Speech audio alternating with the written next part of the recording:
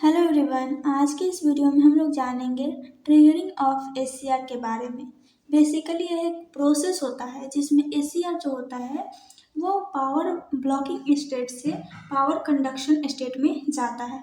कहने का मतलब कि जो एसीआर होता है वो ऑफ कंडीशन से ऑन कंडीशन में जाता है। उसी प्रोसेस को हम लोग ट्रिगरिंग या फिर फायरिंग मेथड ऑफ एसीआर बोलते हैं या फिर फायरिंग ऑफ थायरिस्टर बोलते हैं। ठीक है, इसको फायरिंग या फिर टर्निंग ऑफ एसीआर भी कहा जाता है। ठीक, अगर हम लोग इसके मेथड की बात करें तो जो एसीआर होता है उसको बहुत तरीके से टर्न किया जा सकता है। जैसे हो गया फॉरवर्ड वोल्टेज ट्रिगरिंग, उसके अलावा जो होता है वो होता है गेट वोल्टेज, थर्मल टेम्परेचर और ट्रिगरिंग मेथड। तो ये सारा मेथड है एसीआर को टर्न ऑन करने का। उसको हम लोग बारी बारी से एक एक करके समझेंगे। तो फर्स्ट जो मेथड है वो है फॉरवर्ड वोल्टेज ट्रिगरिंग।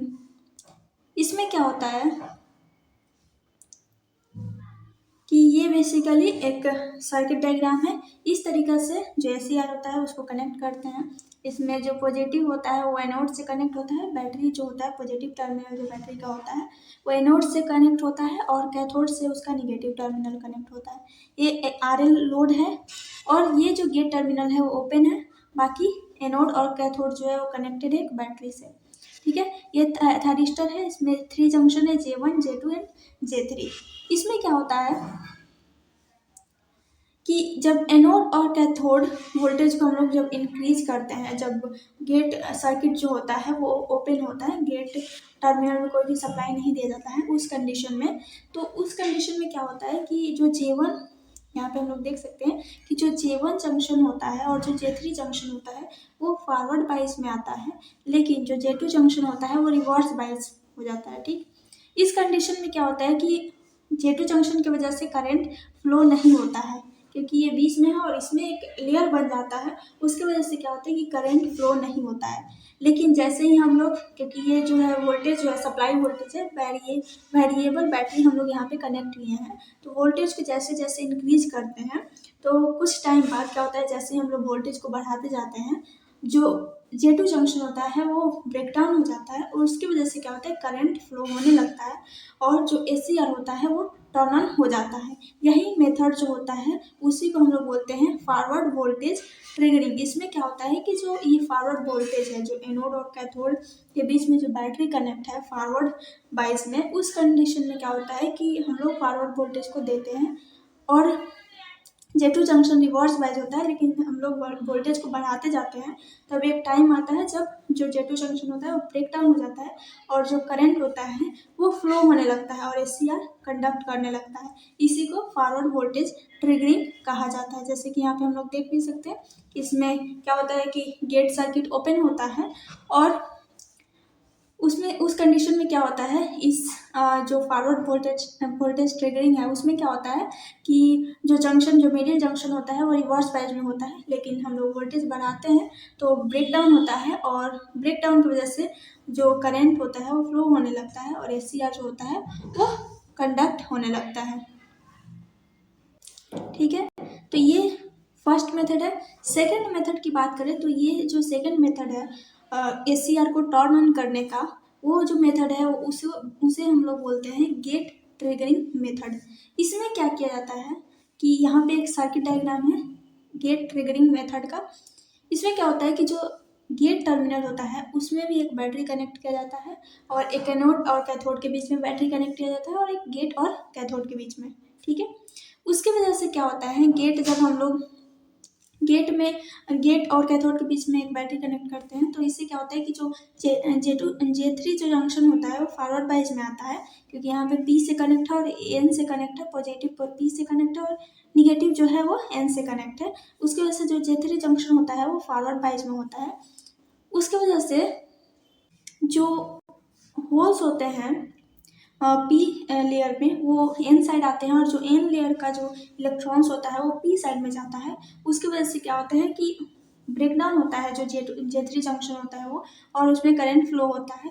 इस करंट की वजह से, गेट करंट इसको बोलते हैं, इस करंट की वजह से क्या होता है कि जो एनोड करंट जो होता है वो भी इंक्रीज होता है और जल्दी ही जो ACR होता है वो टर्न ऑन हो जाता है। जो फॉरवर्ड ट्रिगरिंग मेथड था उसमें क्या था कि जब हम लोग वोल्टेज देते हैं तो कुछ टाइम बाद जो ACR होता है वो टर्न ऑन होता है, लेकिन जब हम लोग गेट पर सप्लाई करते हैं, मीन्स गेट और कैथोड के बीच में एक बैटरी कनेक्ट करते हैं, तो उस कंडीशन में क्या होता है कि जो ACR होता है वो पहले ही मतलब जल्द ही टर्न ऑन हो जाता है। ठीक है, ये जो मेथड होता है ACR को टर्न ऑन करने का वो रिलायबल होता है, सिंपल होता है और साथ ही साथ इफ़िशियंट होता है। ठीक है, एक इफ़िशियंट मेथड होता है टर्न ऑन करने का ACR का। ठीक है,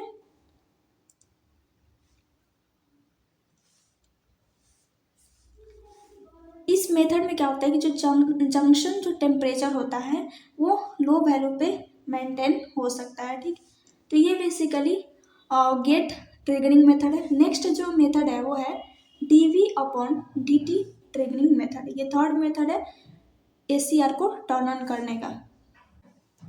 इस कंडीशन में क्या होता है, यहाँ पे सर्किट डायग्राम है dV/dt ट्रिगरिंग का। इसमें क्या होता है कि एनोड और कैथोड के बीच में बैटरी कनेक्ट करते हैं, गेट के बीच में कोई भी बैटरी कनेक्ट नहीं करते हैं, गेट और कैथोड के बीच में। ठीक है, इस केस में क्या होता है कि जो J1 और J3 जो जंक्शन होता है वो फॉरवर्ड बैच में होता है और जो J2 जंक्शन होता है वो रिवर्स बैच में होता है। इसके वजह से जो J2 जंक्शन होता है वो कैपेसिटर की तरह बिहेव करने लगता है। ठीक है, हम लोग जानते हैं कि जो Q होता है वो C एंड V, जहाँ पे जो C जो है वो कैपेसिटर है, वोल्टेज है। ठीक है, Q जो है वो चार्ज है। इसको अगर हम लोग डिफ्रेंशिएट करते हैं टाइम के रिस्पेक्ट में तो यहाँ पे क्या हो जाएगा dQ/dt equal to C dV/dt। ठीक है, तो जो ये dQ/dt है उसको हम लोग I लिख सकते हैं, तो यहाँ पे क्या हो जाएगा C dV/dt। इसका मतलब जो होता है कि जो वोल्टेज का रेट ऑफ चेंज हो है वो जो वोल्टेज जो चेंज होता है वो टाइम के रिस्पेक्ट में चेंज होता है। ठीक है, इस dV/dt का मतलब है। इस कंडीशन में क्या होता है बेसिकली कि जो यहाँ पे जो बैटरी होता है वो एनोड से पॉजिटिव टर्मिनल कनेक्ट होता है और कैथोड से नेगेटिव टर्मिनल। इस कंडीशन में क्या होता है कि dV/dt जो ट्रिगरिंग होता है उस कंडीशन में क्या होता है कि जो J1 और J3 जो जंक्शन होता है, क्योंकि यहाँ पे बैटरी जो कनेक्ट किया गया है वो पॉजिटिव एनोड के रिस्पेक्ट में और जो कैथोड के रिस्पेक्ट में है वो नेगेटिव टर्मिनल से कनेक्ट है। तो इससे क्या होता है कि जो J1 और J3 जो जंक्शन होता है वो फॉरवर्ड बैच में होता है और जो J2 जंक्शन होता है वो रिवर्स बैच में होता है। इसके वजह से क्या होता है कि यहाँ पे कैपेसिटर फॉर्म होता है और जब हम लोग इस वोल्टेज को बढ़ाते हैं तो क्या होता है कि टाइम के रिस्पेक्ट में हम बढ़ाते हैं, मतलब कि कुछ टाइम बाद हम लोग फिर वोल्टेज को बढ़ाते हैं, तो उस कंडीशन में क्या होता है कि वो J2 जंक्शन जो होता है वो ब्रेक होता है और फिर उसमें करंट फ्लो होता है। ठीक है, तो ये बेसिकली dV/dt मेथड होता है। इसमें क्या होता है कि वोल्टेज जो होता है वो टाइम के रिस्पेक्ट में हम लोग इंक्रीज करते हैं और उसके बाद जो J2 जंक्शन होता है वो ब्रेक डाउन होता है और करंट इसमें फ्लो होता है और ACR जो होता है वो कंडक्ट करता है। नेक्स्ट जो है वो है टेम्परेचर ट्रिगरिंग। टेम्परेचर ट्रिगरिंग जो होता है उसको basically thermal triggering method of ACR भी बोला जाता है। इसमें क्या होता है कि जब फॉरवर्ड ब्लॉकिंग मोड में होता है जो ACR जो होता है ऑफ कंडीशन में होता है और जब हम लोग सप्लाई कनेक्ट करते हैं उसमें तो क्या होता है कि जो J2 जंक्शन होता है वो रिवर्स बैच में होता है। ठीक, लेकिन उसमें कुछ करंट फ्लो होता है माइनॉरिटी करंट कैरियर की वजह से, जिसको हम लोग रिवर्स सेचुरेशन करंट बोलते हैं। ठीक, इसमें क्या होता है कि ये जो रिवर्स सेचुरेशन करंट के कारण क्या होता है कि जो जंक्शन का टेम्परेचर जो होता है वो इंक्रीज करता है।